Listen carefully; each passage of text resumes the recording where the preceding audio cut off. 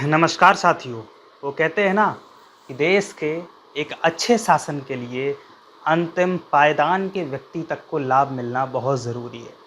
और शायद इसी विचार से इस देश के अंदर एक लोकतांत्रिक विकेंद्रीकरण की नींव डाली गई, यानी कि पंचायती राज व्यवस्था की। आज दोस्तों पंचायती राज दिवस है और सबसे पहले सभी देशवासियों को पंचायती राज दिवस की बहुत बहुत शुभकामनाएं। आज हम पंचायती राज के एक अनूठे विषय पर आप सभी के सामने हैं।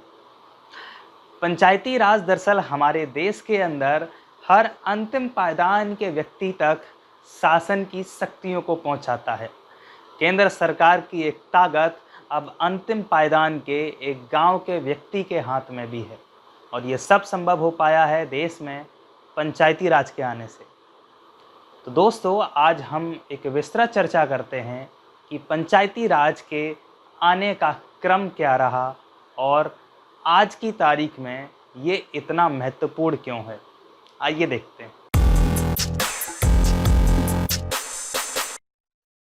साथियों, पंचायती राज व्यवस्था का अर्थ होता है स्थानीय स्वशासन, यानी कि ग्रामीण स्तर पर अंतिम पायदान के व्यक्ति पर भी शासन की शक्तियां पहुंच सकती हैं, यानी कि उसके राजनीतिक अधिकारों को वहां पर भी संरक्षित किया जा सकता है। और साथ ही साथ ये जिम्मेदारी राज्यों को अनुसूची 7 के माध्यम से सौंपी गई है। दरअसल अनुसूची 7 की राज्य सूची में पंचायती राज को स्थापित करने की शक्तियां राज्य को दी गई हैं, यानी कि राज्य अगर चाहे तो इस विषय पर कानून बना करके कई किस्म की शक्तियां पंचायतों को सौंप सकता है। दरअसल पंचायती राज के जरिए भारत में 2 तरीके के उद्देश्यों को पूर्ति की जानी है। सबसे पहले तो लोकतांत्रिक विकेंद्रीकरण, यानी कि डिसेंट्रलाइजेशन ऑफ द पावर।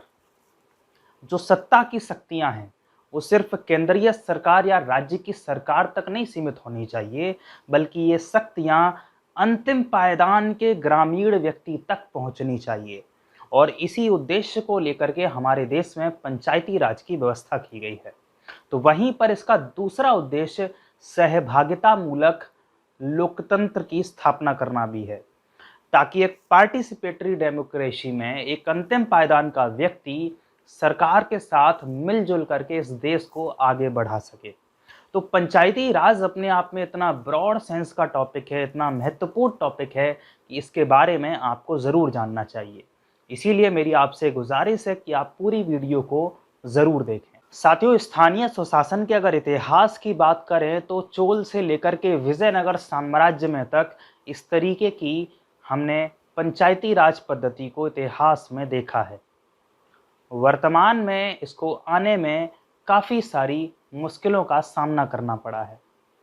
1773 में रेगुलेटिंग एक्ट के माध्यम से सबसे पहली बार जमींदारों को पंचायतों में दखल देने का अधिकार दिया गया, तो वहीं 1882 में लॉर्ड रिपन ने पंचायती राज को मजबूती प्रदान करने की कवायद उठाई। लॉर्ड रिपन को इसीलिए हम लोग स्थानीय स्वशासन का जनक भी मानते हैं। जब आज़ादी का दौर आ रहा था और संविधान का निर्माण हो रहा था, इस समय 2 तरीके के प्रश्न हर किसी के जहन में थे कि क्या पंचायती राज व्यवस्था को संविधान में एक संवैधानिक स्वरूप दिया जाना चाहिए या नहीं। इसमें 2 धड़े हमारे राजनेताओं के अलग अलग बट चुके थे, जिसमें से एक धड़े में महात्मा गांधी, दादा भाई नौरोजी और राजेंद्र प्रसाद जी जैसे लोग थे।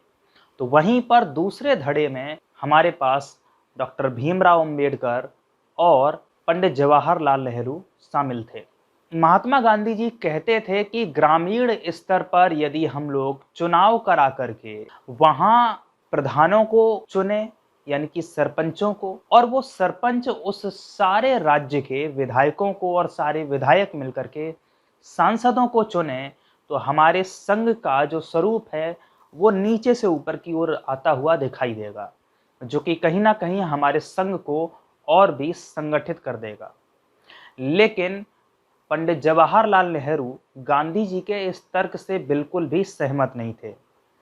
पंडित जवाहरलाल नेहरू आधुनिक सोच के व्यक्ति थे और उनका मानना था कि हमारे ग्रामीण जनमानस में अभी इतनी परिपक्वता नहीं है, अभी इतनी सद्बुद्धि नहीं है कि वो इस बात पर समझ पाएँ कि उनके लिए किस व्यक्ति को वोट देना ज़्यादा सही होगा और किस व्यक्ति को नहीं। इसीलिए पंडित जवाहरलाल नेहरू लगातार इस पंचायती राज व्यवस्था का विरोध करते रहे। भीमराव अंबेडकर साहब का मानना था कि स्थानीय स्वशासन की पंचायती राज व्यवस्था देश के अंदर सामाजिक स्थिति में पुरुषवादी और जातिवादी तथा सामंती ढांचे का निर्माण करेगी, और उनका कहना बहुत हद तक सही भी था। जैसे अगर हम सामंती शब्द को देखें तो कहीं ना कहीं ऐसे लोगों का ग्रामीण राजनीति पर कब्जा हो जाएगा जो बहुत ही धनाढ्य लोग हैं। आज भी हम लोग देश में देखते हैं कि जो बड़े बड़े पैसे वाले, हथियारों रसूख वाले लोग हैं, इन्हीं का ज़्यादातर हिस्सों में प्रधानी पर यानी कि पंचायती राज व्यवस्था में सिक्का मजबूत है। दूसरी बात अगर हम पुरुषवाद की करें तो वो भी हमको बहुत अच्छे से दिखाई देता है। हमारे ग्रामीण स्तर के अंदर महिलाओं को 33% के आरक्षण की व्यवस्था तो की गई है, लेकिन इस आरक्षण का लाभ दरअसल महिलाएं कभी नहीं उठा पाई। महिलाएं प्रधान तो बन जाती हैं, लेकिन प्रधान पति ही दरअसल सारा कामकाज देख रहा होता है, और इस वजह से महिलाओं को आज दिन तक अपना असली हक नहीं मिल पाया है। तो वहीं अगर तीसरी जातिवाद की व्यवस्था की बात करें तो आप जानते हैं कि कैसे गांव टोलों में बट जाता है। गांव के अंदर प्रधानी की वजह से बहुत टकराव देखने को मिलते हैं, यहाँ तक कि कई किस्म की हत्याएं तक हो जाती हैं। ये इसके काफ़ी दुष्परिणाम हैं जो कि डॉक्टर भीमराव अंबेडकर ने देखे थे। समय के साथ संविधान देश में लागू हो गया, लेकिन उसमें से पंचायती राज व्यवस्था अनुपस्थित रही। लेकिन हमारे नीति निदेशक तत्वों के अनुच्छेद 40 में पंचायती राज का संगठन करने का एक प्रावधान जरूर लिख दिया गया, और इसी प्रावधान के कारण हमारे देश में राज्यों के पास दरअसल एक शक्ति पहुंच चुकी थी कि वो कानून बना करके अपने राज्य में इस पंचायती राज व्यवस्था को शुरू कर सकते थे। इसकी पूरी कहानी शुरू होती है देश की आज़ादी के बाद यहाँ पर बनी कुछ समितियों से। जब देश हमारा आज़ाद हुआ तो 1951 में योजना आयोग बनाया गया। योजना आयोग ने अपनी स्कीम्स को बना करके देश के सभी हिस्सों में लागू किया। अब ज़रूरत ये थी कि जितनी भी स्कीमें लागू की गई हैं उन सब का एक फीडबैक भी सरकार को मिले कि क्या जो योजनाएं सरकार लागू कर रही है उनकी जानकारी लोगों तक पहुंच रही है या नहीं। और इसीलिए उस समय की भारत सरकार ने एक सामुदायिक विकास कार्यक्रम शुरू किया। इस सामुदायिक विकास कार्यक्रम की शुरुआत 1952 में हुई। इस 5 साल के कार्यकाल के अंदर जब 5 साल बाद सामुदायिक विकास कार्यक्रम पर एक फीडबैक लेने की बारी आई तो भारत सरकार ने एक समिति का गठन किया। इसी समिति को हम लोग बलवंत राय मेहता समिति कहते हैं। इस समिति का गठन 1957 में किया गया था, और इस समिति ने काफ़ी बड़े स्तर पर विचार करते हुए लोकतांत्रिक विकेंद्रीकरण की व्यवस्था की सिफारिश की। इस समिति ने कहा कि देश के अंदर 3 स्तर पर पंचायती राज प्रणाली होनी चाहिए। एक ग्रामीण स्तर, दूसरा खंड स्तर और तीसरा जिला स्तर पर। ग्रामीण स्तर को ग्राम पंचायत बोला गया, खंड स्तर को पंचायत समिति कहा और जिला स्तर को जिला परिषद कहा। इन्होंने कहा कि जिला परिषद एक सलाहकारी निकाय के रूप में काम करेगी, जबकि पंचायत समिति कार्यकारी समिति के रूप में काम करेगी।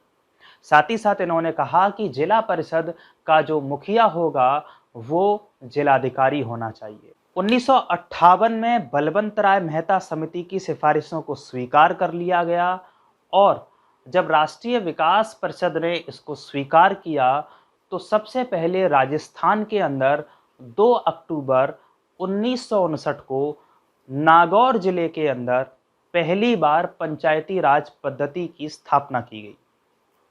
इसकी स्थापना उस समय के प्रधानमंत्री पंडित जवाहरलाल नेहरू ने की। 2 अक्टूबर के बाद 11 अक्टूबर 1959 को पुनः इसकी व्यवस्था की गई और आंध्र प्रदेश की सादनगर तहसील में महबूब नगर के अंदर इस चीज़ की शुरुआत की गई।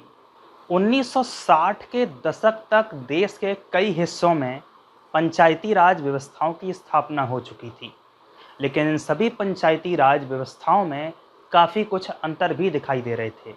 ये इनके संगठन, कार्यकाल तथा स्तरों को लेकर के थे। उदाहरणतः अगर मैं कहूँ तो उस समय राजस्थान की पंचायती राज व्यवस्था में 3 स्तर थे, तो वहीं पर तमिलनाडु में 2 स्तर और पश्चिम बंगाल में 4 स्तरों की पंचायती राज व्यवस्था शुरू की गई थी। इन सभी में कोई एक केंद्रीय कार्यक्रम लागू नहीं हो पाया, लेकिन कहीं ना कहीं उद्देश्य सभी का एक ही था। साथियों, 1977 के बाद जब इंदिरा गांधी के आपातकाल खत्म होने के बाद जनता पार्टी की सरकार बनी, तो 1978 में जनता पार्टी की सरकार ने एक और समिति का गठन किया जो कि पंचायती राज से जुड़ी हुई है। इस समिति को अशोक मेहता समिति कहते हैं। इस समिति ने पुरानी समिति के अपेक्षा उसमें संशोधित करते हुए कुछ नई सिफारिशें लागू की। इस सिफारिश में इसने कहा कि हमें पंचायतों की त्रिस्तरीय पंचायती राज व्यवस्था की बजाय 2 स्तरीय पंचायती राज व्यवस्था को अपनाना चाहिए, जिसमें कि एक जिला परिषद और एक मंडल पंचायत होनी चाहिए। साथ ही साथ पंचायती राज के प्रत्येक स्तर पर राजनीतिक पार्टियों को आमंत्रित करना चाहिए और दलीय व्यवस्था के आधार पर इसमें चुनाव होने चाहिए। इसके अलावा पंचायतों की वित्तीय व्यवस्था को अच्छा और मजबूत बनाने के लिए कराधान जैसी शक्तियों को भी पंचायतों को देना चाहिए। इस तरीके की कुछ सिफारिशें बहुत महत्वपूर्ण रूप से अशोक मेहता समिति ने रखी, लेकिन जनता पार्टी की सरकार बहुत दिनों तक चल नहीं पाई और इसकी सिफारिशों को आगे लागू नहीं किया गया। 1985 में इसी बात को लेकर के एक और समिति का गठन किया गया। राजीव गांधी के नेतृत्व वाली GV राव समिति ने अब की बार जब काफ़ी सारे निष्कर्ष और निचोड़ों को निकाला, तो पता चला कि पिछली पंचायती राज व्यवस्थाएं नौकरशाही की भेंट चढ़ चुकी हैं और इन्होंने पिछली पंचायती राज व्यवस्था को बिना जड़ वाली घास तक कह दिया।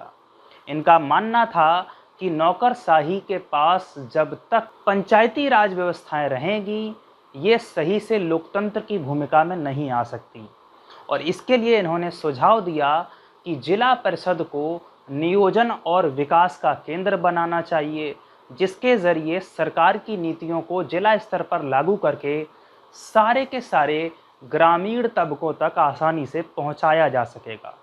साथ ही साथ इन्होंने जिला परिषद की मॉनिटरिंग के लिए नौकरशाहों पर भरोसा न दिखाते हुए एक अलग पद के सृजन की बात भी कही। इन्होंने कहा कि जिला परिषद के नेतृत्व के लिए एक जिला विकास अधिकारी होना चाहिए। साथ ही साथ इन्होंने इस बात पर भी आपत्ति जताई कि अभी तक पंचायतों को लेकर के अलग अलग जगह पर ऐसा पाया जा रहा है कि जो चुनाव है पंचायतों में वो समय से नहीं हो रहा है। ऐसे में तय समय सीमा के अंदर चुनाव की पद्धति को भी हमें लागू करना चाहिए। इसके बाद 1986 में राजीव गांधी की सरकार के नेतृत्व में ही पुनः लक्ष्मीमल सिंघवी समिति की स्थापना की गई। लक्ष्मीमल सिंघवी समिति ने पुनः इस पर सिफारिश करते हुए ये कहा कि हमें त्रिस्तरीय पंचायती व्यवस्था को ही अपनाना चाहिए, लेकिन दलगत आधार पर चुनाव सही नहीं है। इन्होंने बताया कि अनुसूचित जाति व जनजाति के लोगों को हमें आरक्षण भी देना चाहिए। साथ ही साथ इनके निर्वाचन के लिए एक राज्य निर्वाचन आयोग के साथ साथ वित्तीय स्थिति को देखते हुए राज्य वित्त आयोग का गठन भी करना चाहिए। इन्होंने एक अलग किस्म की वकालत और की कि यदि पंचायती राज व्यवस्था में किसी भी किस्म की समस्या आ रही है तो उसके निराकरण के लिए एक पंचायती राज अभिकरण यानी कि ट्रिब्यूनल का गठन भी सरकार की ओर से किया जाना चाहिए। साथ ही साथ इन्होंने पंचायती राज को संवैधानिक दर्जा दिए जाने की मांग भी जोरों से उठाई। इसी को देखते हुए 1988 के अंदर एक थुंगन समिति का गठन किया गया। दरअसल थुंगन समिति हमारी संसद की परामर्शदात्री समिति के द्वारा एक उप समिति के रूप में स्थापित की गई थी। थुंगन समिति ने भी जोर शोर से पंचायती राज को संवैधानिक दर्जा देने की मांग करी। अंततः थुंगन समिति और अन्य समितियों की सिफारिश के बाद भारत सरकार एक 64वां संविधान संशोधन विधेयक लेकर के लोकसभा में पहुंच जाती है। यह विधेयक 15 मई 1989 को लोकसभा में लाया जाता है, लेकिन 5 महीने बाद 15 अक्टूबर 1989 को राज्यसभा में इसको मुंह की खानी पड़ती है। ये राज्यसभा में पारित नहीं हो पाता है और वहीं पर लैप्स यानी कि खत्म हो जाता है। 1989 में कांग्रेस की सरकार के गिरने के बाद वीपी सिंह के नेतृत्व वाली सरकार का गठन होता है और ये सरकार भी दरअसल पंचायती राज व्यवस्था को संवैधानिक दर्जा देने के लिए एक नए स्वरूप में पंचायती राज विधेयक को लेकर के आती है। ये 74वां संविधान संशोधन विधेयक कहा गया। ये संविधान संशोधन विधेयक लोकसभा में पारित हो गया था, लेकिन ये आगे बढ़ता उससे पहले ही वीपी सिंह की सरकार भी गिर गई और इसके बाद पुनः कांग्रेस की नई सत्ता काबिज हो जाती। पीवी नरसिम्हा के नेतृत्व वाली कांग्रेस की सरकार ने उन सभी प्रावधानों को हटा दिया जो कि अभी तक विवाद का विषय बने हुए थे और इसी को लेकर के 1991 में 72वां और 73वां संविधान संशोधन विधेयक लेकर के आए और पीवी नरसिम्हा की सरकार द्वारा 22 दिसंबर 1992 को ये 72वां और 73वां संविधान संशोधन विधेयक दरअसल लोकसभा से पारित हो गए और 23 दिसंबर को ये राज्यसभा से भी पारित हो गए। जब ये पारित हो गए तो इसके बाद राष्ट्रपति की सहमति मिलने के बाद ये विधेयक 73वां व 74वां संविधान संशोधन अधिनियम बन गए। 73वें संविधान संशोधन विधेयक को 20 अप्रैल 1993 को राष्ट्रपति की सहमति मिली और 24 अप्रैल 1993 को इसे संपूर्ण देश में लागू कर दिया गया और आज भी दोस्तों 24 अप्रैल है और यही कारण है कि आज के दिन हम लोग पंचायती राज दिवस मनाते हैं। साथियों, अब चर्चा कर लेते हैं हम लोग 73वें संविधान संशोधन और 74वें संविधान संशोधन की। दरअसल 73वें संविधान संशोधन के जरिए पंचायती राज को जोड़ा गया है, तो वहीं पर 74वें संविधान संशोधन के जरिए नगर पालिकाओं को जोड़ा गया है। पंचायती राज व्यवस्था के अंतर्गत हम पाएंगे कि यहाँ पर अनुच्छेद 243 में 243 ए से लेकर के साथियों 73वां और 74वें संविधान संशोधन के जरिए देश के अंदर 2 अलग भाग जोड़े गए, जिसमें से एक भाग 9 और दूसरा भाग 9 का था। भाग 9 के अंदर पंचायती राज को लिखा गया, तो वहीं पर भाग 9 का के अंतर्गत नगर पालिकाओं को लिख दिया गया। इसके अलावा संविधान में 2 अनुसूचियों को भी जोड़ा गया। ये अनुसूची 11 और 12 थी। अनुसूची 11 के अंतर्गत पंचायती राज से संबंधित चीज़ों को लिखा गया, तो वहीं पर अनुसूची 12 में नगर पालिकाओं से संबंधित चीज़ों को लिखा गया। हमारी पीवी नरसिम्हा वाली सरकार के दौरान देश के अंदर जब पंचायती राज व्यवस्था आ जाती है, तो इसको संविधान के अनुच्छेद 243 में लिखा गया। पंचायती राज व्यवस्था को अनुच्छेद 243 से लेकर के 243 ओ तक देखने को मिल जाएगा। तो वहीं पर नगर पालिकाओं की व्यवस्था अनुच्छेद 243 पी से लेकर के 243 जेड जी तक मिल जाएगी। यहाँ एक बात और मैं आपको बता दूं कि नगर पालिकाओं की व्यवस्था को 24 अप्रैल से नहीं 1 जून से संपूर्ण भारत में लागू किया गया था। साथियों, संविधान की 11 अनुसूची में पंचायती राज को लेकर के कुल 29 विषयों को लिखा गया है, तो वहीं पर 12वीं अनुसूची में नगर पालिकाओं को लेकर के कुल 18 विषयों को लिखा गया है। आइए दोस्तों, अब आते हैं अनुच्छेद 243 के 243 का, खा, गा और घा पर, क्योंकि ये 4 अनुच्छेद आपके लिए जानना बहुत इम्पोर्टेंट हैं। इसके अलावा हम लोग अनुच्छेद 243 आई, जे और के की चर्चा भी करेंगे। साथियों, अब हम बात करने जा रहे हैं अनुच्छेद 243 के आई, जे और के सेक्शन की। अनुच्छेद 243 का जो आई है वो राज्य वित्त आयोग की स्थापना की बात करता है, तो वहीं पर अनुच्छेद 243 जे जो है वो राज्य के लोक लेखा, और अनुच्छेद 243 का जो के है वो राज्य निर्वाचन आयोग की व्याख्या करता है। राज्य में वित्त आयोग ठीक वैसे ही काम करता है जैसे संघीय सरकार का वित्त आयोग कार्य करता है।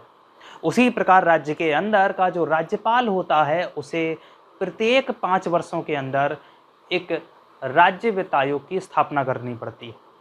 ये राज्य वित्त आयोग दरअसल सरकार को, राज्य की सरकार को ये अनुशंसाएं देता है कि किस राज्य की कि किस पंचायत की ज़रूरतें कितनी हैं और पंचायत को कितना अनुदान राज्य सरकार को देना चाहिए।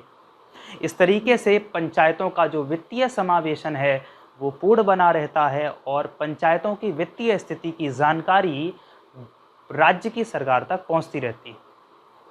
तो वहीं दूसरे हिस्से की अगर हम बात करें तो राज्य का लोक लेखा जो होता है वो दरअसल सरकार द्वारा आवंटित धनराशियों के ब्यौरे और उनके लेखों की जांच करता है।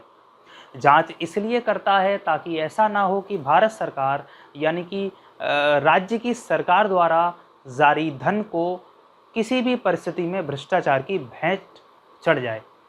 भ्रष्टाचार ना हो इसकी देखरेख के लिए ही राज्य के लोक लेखा को यहाँ पर बिठाया गया है। तो वहीं पर राज्य निर्वाचन आयोग की जिम्मेदारी होगी कि राज्य स्तर पर जितने भी चुनाव हैं, चाहे वो पंचायतों के हों या नगर पालिकाओं के हों, ये दोनों स्तर के चुनाव की जिम्मेदारी राज्य वित्त आयोग की होगी। राज्य वित्त आयोग वहाँ एक ग्राम सभा का निर्धारण जिसको राज्यपाल द्वारा किया गया है, वहाँ पर वोटर्स को तय करेगा, वहाँ की मतदाता सूची बनाएगा, वहाँ पर जो प्रत्याशी होंगे उनको चुनाव चिन्ह भी आवंटित करेगा। और इस तरीके से पूरा का पूरा चुनावी प्रक्रम यानी कि चुनाव की देखरेख करने की जिम्मेदारी राज्य के निर्वाचन आयोग के हाथ में ही होती है। राज्य के निर्वाचन आयोग के जो अध्यक्ष और सदस्य हैं उनकी नियुक्ति भी राज्य का राज्यपाल ही करता है, लेकिन कार्यकाल से पहले उनको सिर्फ राष्ट्रपति ही हटा सकता है। ये ठीक वैसे ही है जैसे राज्य लोक सेवा आयोग के अध्यक्ष व सदस्यों की नियुक्ति तो राज्यपाल करता है, परंतु उनको हटाने की शक्ति सिर्फ राष्ट्रपति में ही होती है। तो साथियों, ये एक संक्षिप्त परिचय था पंचायती राज व्यवस्था का। अगर आपको चीज़ें अच्छी लगी हों तो लगातार शेयर और सब्सक्राइब करते रहिएगा और जुड़े रहिएगा मेरे यानी कि पुष्पेंद्र यादव के साथ। धन्यवाद।